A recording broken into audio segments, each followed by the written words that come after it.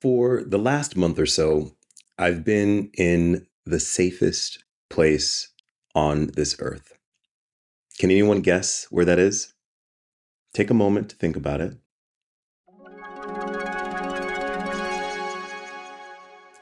If you guessed Switzerland, sorry, that's not it.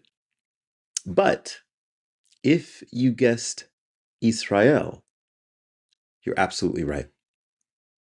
I was there for important rabbi duties, and it turned out to be one of the most meaningful journeys of my life. It always is when I'm in Israel. It was blessed beyond measure. Over the coming weeks, I'll be sharing stories and reflections from my journal, like how I lost my phone, which I still don't have, or how I met an incredible new friend, which is a book named Alice, or how birds started communicating with me. All in due time, beloved, all in due time. But for now, as we enter day 2 of the Omer, Gevurah within Chesed, I want to begin by talking about Israel. On one of my first days there, I met someone named Tom. Yes, like my father's name, who looked at me and said, "You are in the safest place in the world." And that struck me deeply because he named exactly what I had been feeling. Even though a war is raging, even though I had already experienced multiple rocket sirens, I felt more safe in Israel in a time of war than I have ever felt in America or anywhere else for that matter. And I've spent a lot of time reflecting on why. And honestly, it's simple. Israel is the only land on earth that has a blessing upon it. It is the place where the universe began. It is the place where this chapter of the world will end. So to be somewhere where everything started and in the future where everything will end because it's where the Mashiach will return and reign. It's where covenant meets creation. I see the benefit of being the people, the nation, and the faith system bound up with this blessed land. And Israel is blessed from every angle. And in that, I knew I didn't have to worry ever because she's protected. And I know that because it's part of our inheritance. It is part of the covenant, the marriage contract that we have with the creator of the universe. Even when we hit rock bottom in Israel, the rock bottom still carries a set apart meaning. But here's the tension. I had to reckon with the fact that I was standing and living for the few weeks that I was there in a place that the world sees as dangerous, worse, even evil. Right now, Israel is under immense pressure. We're witnessing a storm of headlines and sound bites that read genocide, apartheid, occupation. Many people feel torn, grieving, questioning, angry, or confused. And as a people who understands the spiritual and prophetic significance of Israel, just how do we process that?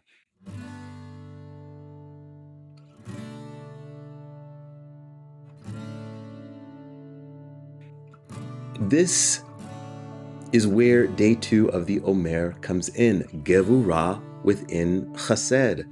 Gevurah represents effort and discipline and strength, even severity.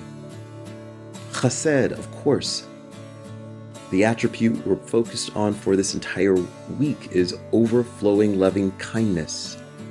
So Gevurah of Chesed means this. Sometimes love takes a great deal of effort. Gevurah of Chesed is the inner strength to love anyway, to love when your love will be mocked, to love when that love might cost you friends, reputation, safety, or peace of mind. It is the backbone of loyalty. It's not the easy kind of love. It's like picking up something light or trying to move something that's 20 pounds. Well, it's not that. It's the heavy type of love. It's like you're trying to lift or move something that is 200 pounds, that requires all of your strength. Again, I'm not talking about the love that's easy. We're talking about developing love for someone or something that challenges you, that frustrates you, that even hurts you. And yet, you are still called to love. Maybe it's a person in your life you've had a conflict with, someone who has disappointed you or continues to disappoint you, someone you've given up on, but Yahweh hasn't given up on them or on it. And so you are still asked to love with strength, to love with effort, with Gevurah. Right now, Israel is a powerful lens through which to explore this. To love Israel despite the controversy and despite the headlines, that takes strength. But I want you to think beyond that. Who or what in your life right now is asking you to love with Gevurah? Who requires from you more than what you might want to give? But Yahweh is asking you to give it anyway. This is the invitation of day 2, to love when it's not easy, but when it's the hardest, because that is when love becomes real. That's when love becomes revolutionary. Family, hear this. Israel is not just a country. Israel is a people. Israel is a nation. Israel is a land. Israel is us. Our ancestors crossed the Red Sea and declared, "We will do and we will hear." We stood at Sinai and received not only a promise from Yahweh, but made a vow to Yahweh that we would be a light to the nations, that we would be a people set apart, that we would be a malchut, a kingdom. We cannot fulfill that calling if we forget who we are. To love Israel, beloved, is not to co-sign every act of government. To love Israel is not to agree with everything that happens there. To love Israel is to believe in Yahweh, in Yahweh's covenant. It is to remember that our journey as a people, nation, and land and faith system is still unfolding.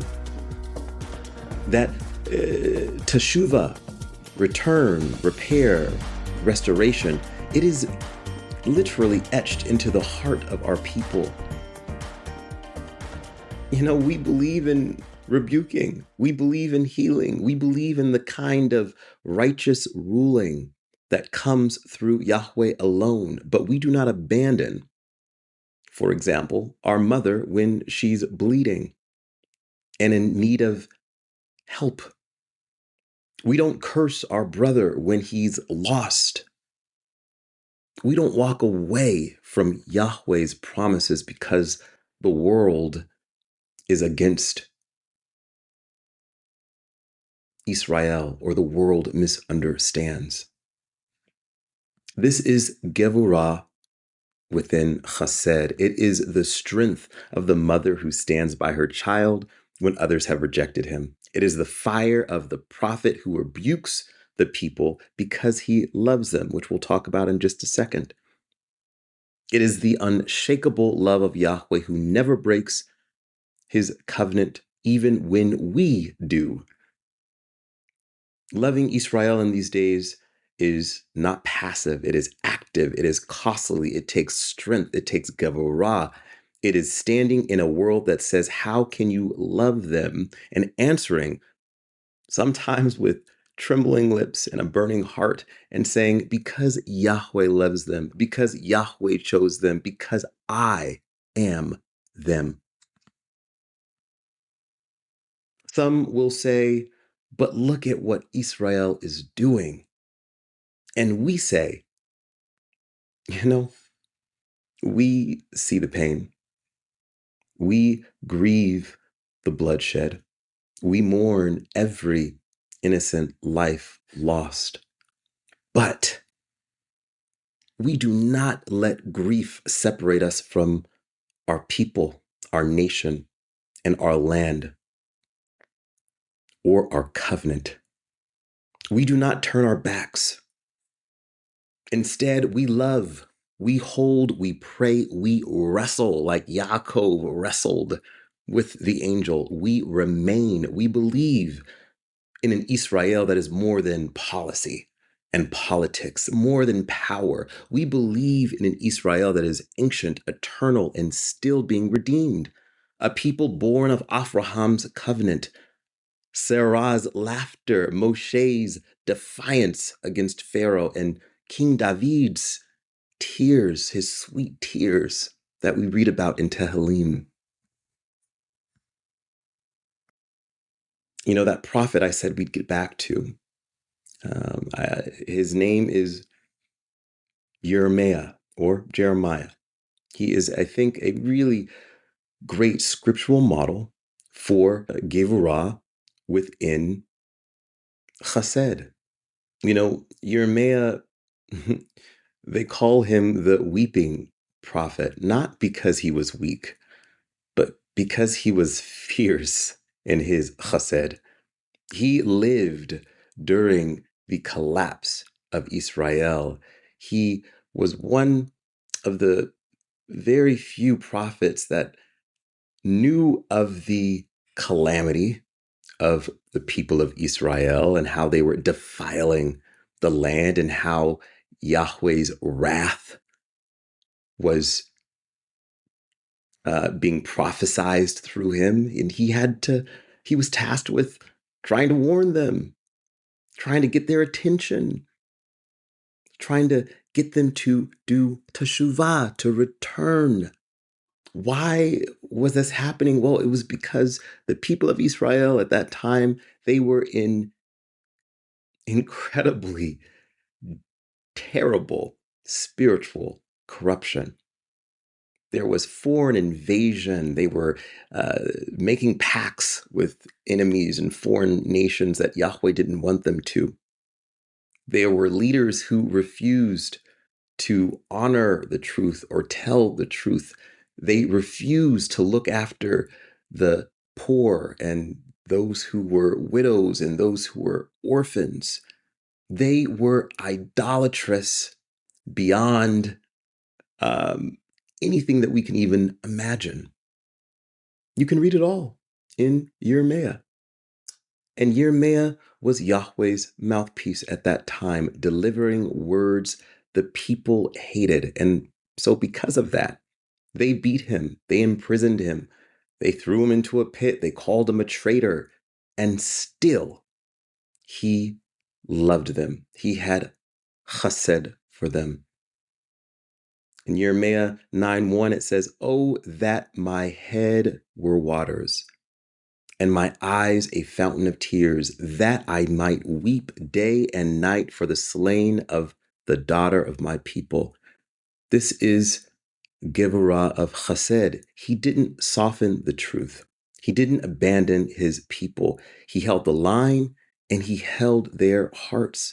In Jeremiah 29, it says, your word was in my heart like a burning fire shut up in my bones.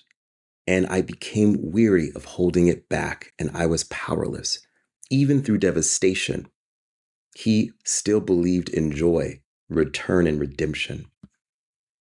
Yahweh did not give up on Israel, even though he was angry and incensed about how it was defiling the covenant and the promise and how they were disobeying him.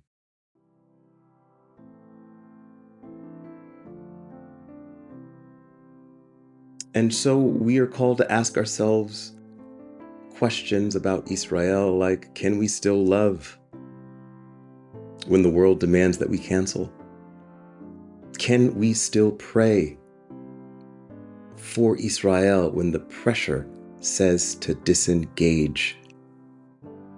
Can we keep our mouths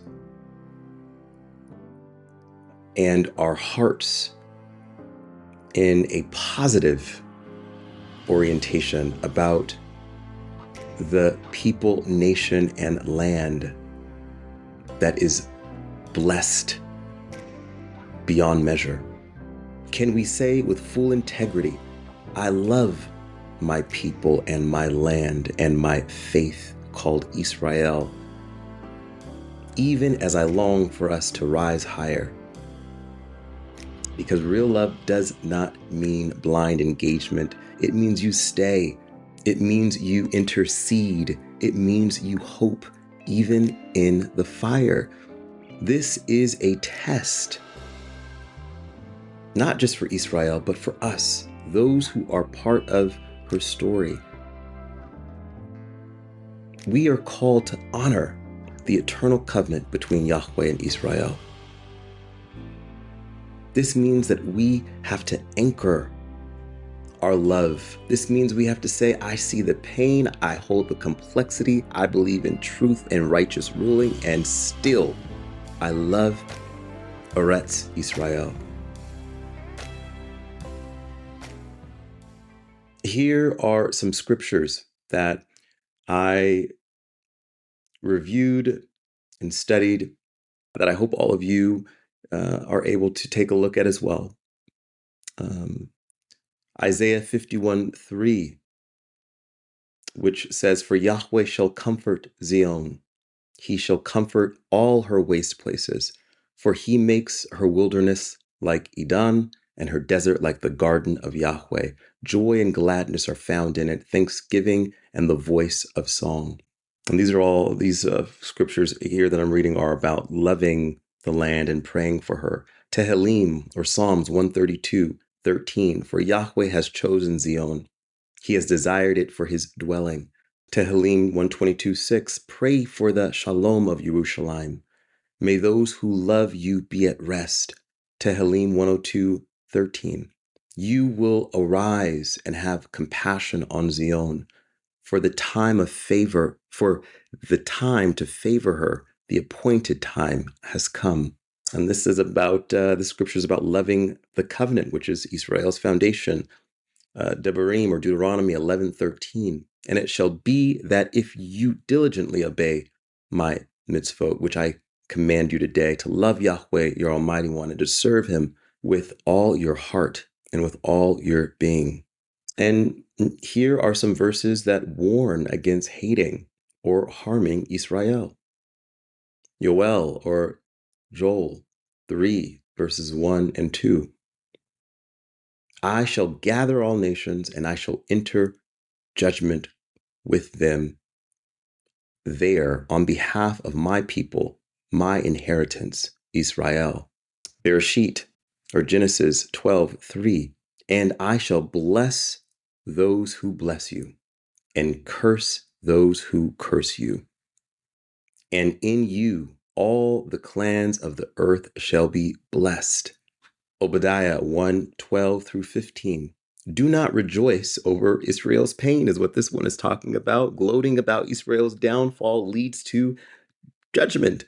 It says, but you should not have looked on your brother's day in the day of his estrangement, nor rejoiced over the children of Yehudah in the day of their destruction, nor made your mouth great in the day of distress.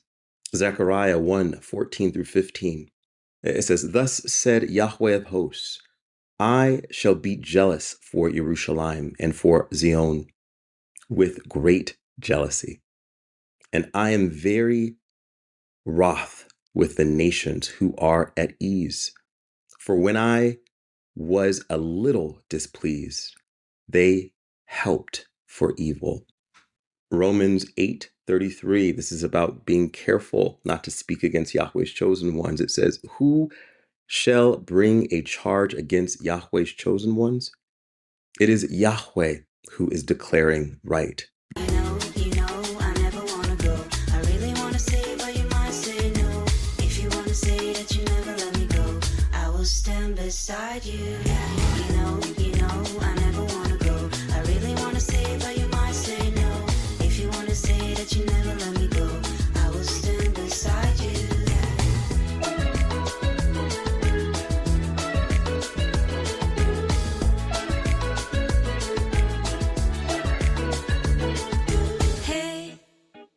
To the stones and the sunny days, I don't mind spending every day by your side. Everything feels right. Those are scriptures in the Torah that I hope help shine a little bit more light on why we are tasked with loving Israel in the way that Yahweh loves Israel, no matter what. Even when Israel is in exile because of the grievous sins that have been committed against Father Yahweh, he still loves Israel. And thus we must too. One might be wondering, have there ever been moments when Israel obeyed Yahweh, but the world saw evil? And the answer to that is absolutely. We can start with Joshua. Yahweh commanded the people to clear the land. He says in Deuteronomy 7:2, you shall strike them, show them no favor. In Leviticus 18:25, he says the land is defiled. The land vomits out its inhabitants. Well, if media were around at that time, they'd be making the same claims as now, arguably.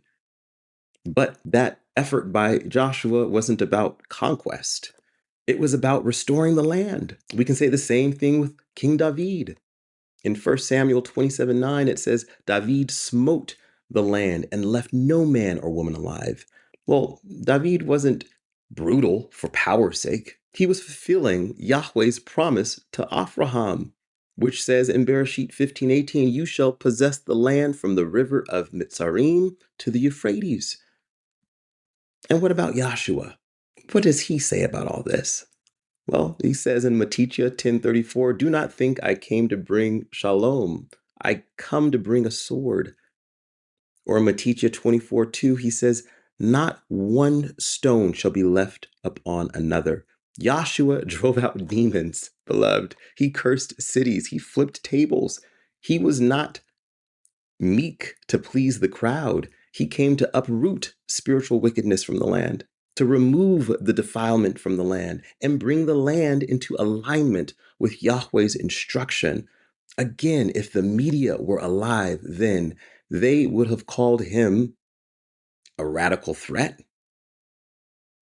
Maybe some of the things that are being said about Israel today, but he was and is the Mashiach doing Yahweh's work. We, Israel, are not meant to be understood by the world. We, Israel, are meant to be faithful. We are meant to be loyal to our groom, Yahweh, as we are his bride. We know that Israel's story is messy. We are in the time frame of Pesach, where we understand that Israel was in exile for over 400 years, not because Yahweh was pleased with everything that they were doing, but because they had gone astray. And yet he redeemed and rescued and lifted up and revealed his Torah, and made a covenant and a promise with us. It's messy, it's painful, but it's beautiful and it's eternal. And so we say, Zion shall be redeemed with right ruling, and her returners with righteousness, as it says in Isaiah 1:27. You know, loving Israel right now, one could say, is bittersweet. And that is Pesach. It was the Pesach Seder, where we had both bitter on our Seder plates and we had sweet. And we talked about how we experienced the range of emotions in 1 week. And if you did a Seder all in one night, every emotion under the sun, from joy and festivity and happiness to sorrow and pain and bitterness. And that, beloved, is Gevurah within Chesed. May we have the courage to love Israel on Yahweh's terms, not the world's. May we defend our inheritance, speak with chokmah, wisdom, walk in truth, no matter the headlines. And may we all merit the beautiful, beautiful blessing that is Israel. Shalom, beloved. Stay tuned for the Omer blessing.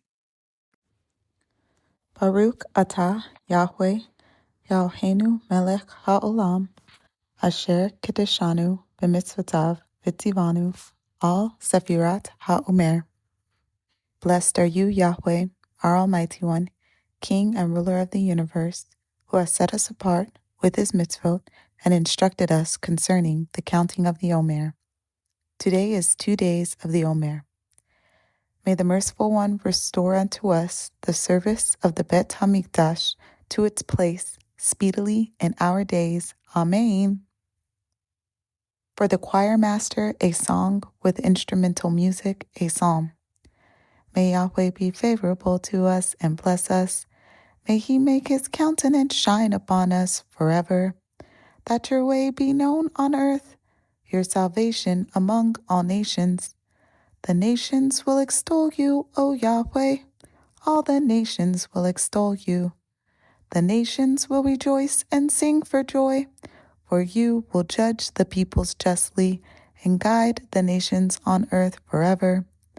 The peoples will extol you, O Yahweh. All the peoples will extol you. For the earth will have yielded its produce, and Yahweh our mighty one will bless us. Yahweh will bless us, and all from the farthest corners of the earth shall fear him. We implore you, by the great power of your right hand, Yeshua HaMashiach, release the captive. Accept the prayer of your people. Strengthen us, purify us, Yawesome One. Mighty One, we beseech you.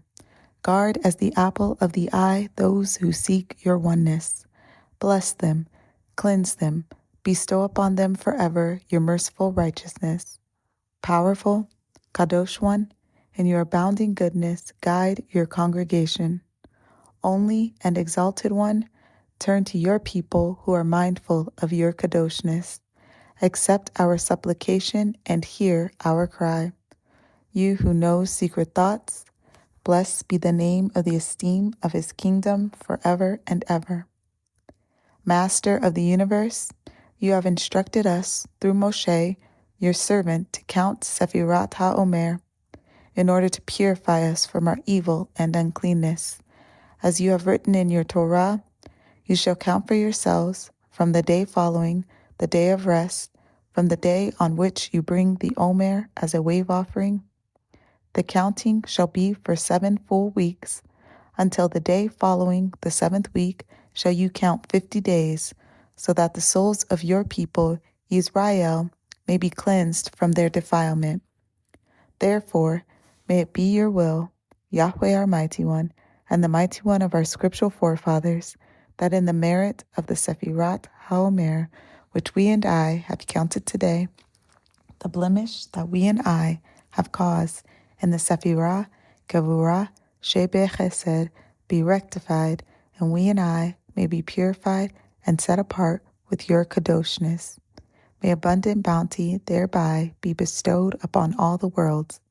May it rectify our nefesh, our ruach, and our neshama from every baseness and defect, and may it purify and set us apart with your kadoshness. Amen.